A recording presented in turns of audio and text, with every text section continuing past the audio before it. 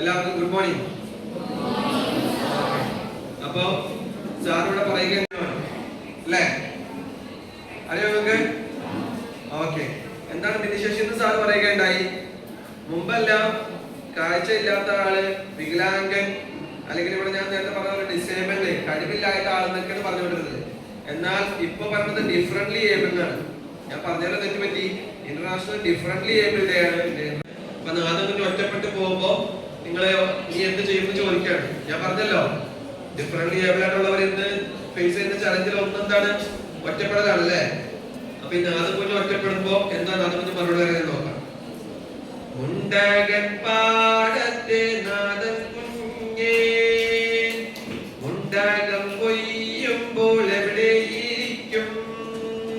മുണ്ടക കട്ടേതെ ചോടേലിരിക്കും ഞാനേ, മുണ്ടക കട്ടേതെ ചോടേലിരിക്കും. കട്ടയുടയുമ്പോൾ എവിടെയിരിക്കും കുഞ്ഞെ? കട്ടയുടയുമ്പോൾ എവിടെയിരിക്കും? അച്ഛൻ മടിമേലിരിക്കും ഞാനേ, അച്ഛൻ മടിമേലിരിക്കും ഞാനേ. അച്ഛൻ മരിക്കുമ്പോൾ എവിടെയിരിക്കും? തകരാതെ അച്ഛൻ മരിക്കുമ്പോൾ എവിടെയിരിക്കും? തകരാതെ അമ്മ മടിമേലിരുന്നുറങ്ങും ഞാനേ, അമ്മ മടിമേലിരുന്നുറങ്ങും. ഇതുപോലെ കഴിയാൻ വിടാൻ പറ്റുമോ? ഇല്ലല്ലോ. നിങ്ങളും നിങ്ങളുടെ കുടുംബവും എല്ലാം അവരുടെ ഒപ്പം ഉണ്ടാവില്ലേ? ഓക്കെ. അപ്പൊ അങ്ങനെ നിങ്ങൾ ഒപ്പം നിന്ന് കഴിഞ്ഞാല് ഇപ്പോ എന്നെ പോലെ നിങ്ങളുടെ ഇടയിലുള്ള ഭിന്നശേഷിക്കാരും നാളെ നല്ല അധ്യാപകരായിട്ടും നല്ല കലാകാരന്മാരൊക്കെ ആയിട്ട് മുന്നോട്ട് വരും. അന്ന് അവര് നിങ്ങളെ ഓർക്കും. ഞാനിപ്പോ എന്റെ ഒപ്പം ഡിഗ്രി പഠിച്ച എന്റെ സുഹൃത്തുക്കളെ ഓർത്തതുപോലെ.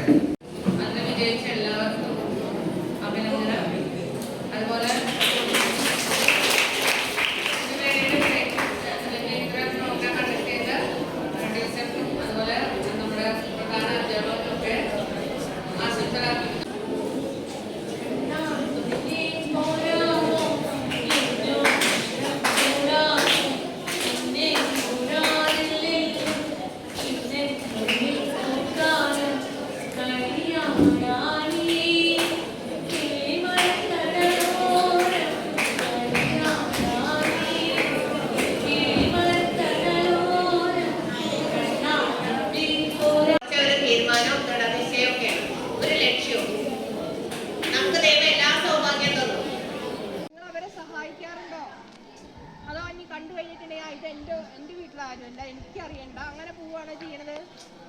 അല്ല. നമ്മുടെ സ്കൂളിൽ അങ്ങനെയുള്ള കുട്ടികളുണ്ടോ? ഉണ്ട്, അറിയാലോ. ഞാൻ പേരൊന്നും പറയണില്ല, പേരൊന്നും പറയണില്ല. പക്ഷേ നമ്മളെക്കാൾ അല്ലെങ്കിൽ നമ്മളെക്കാൾ കൂടുതൽ കഴിവുകൾ അവരുടെ കയ്യിലുണ്ട്. എന്തെങ്കിലും തരത്തിലുള്ള ഒരു കുറവ് വന്നിട്ടുണ്ടെങ്കിൽ തന്നെ അതിൻ്റെ ഇരട്ടി കഴിവ് ദൈവം അവർക്ക് കൊടുത്തിട്ടുണ്ട്, അവരുടേതായ ഒരു ഐഡന്റിറ്റി അല്ലേ?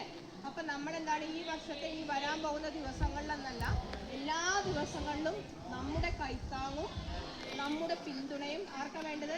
എല്ലാവർക്കും വേണം. എസ്പെഷ്യലി പ്രത്യേകിച്ച് ഭിന്നശേഷിക്കാര്. ഭിന്നശേഷി എന്ന്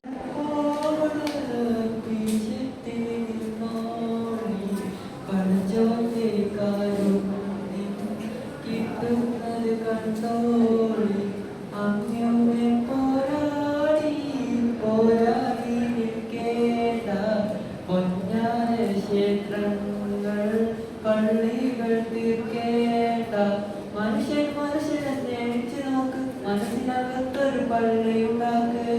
മനുഷ്യൻ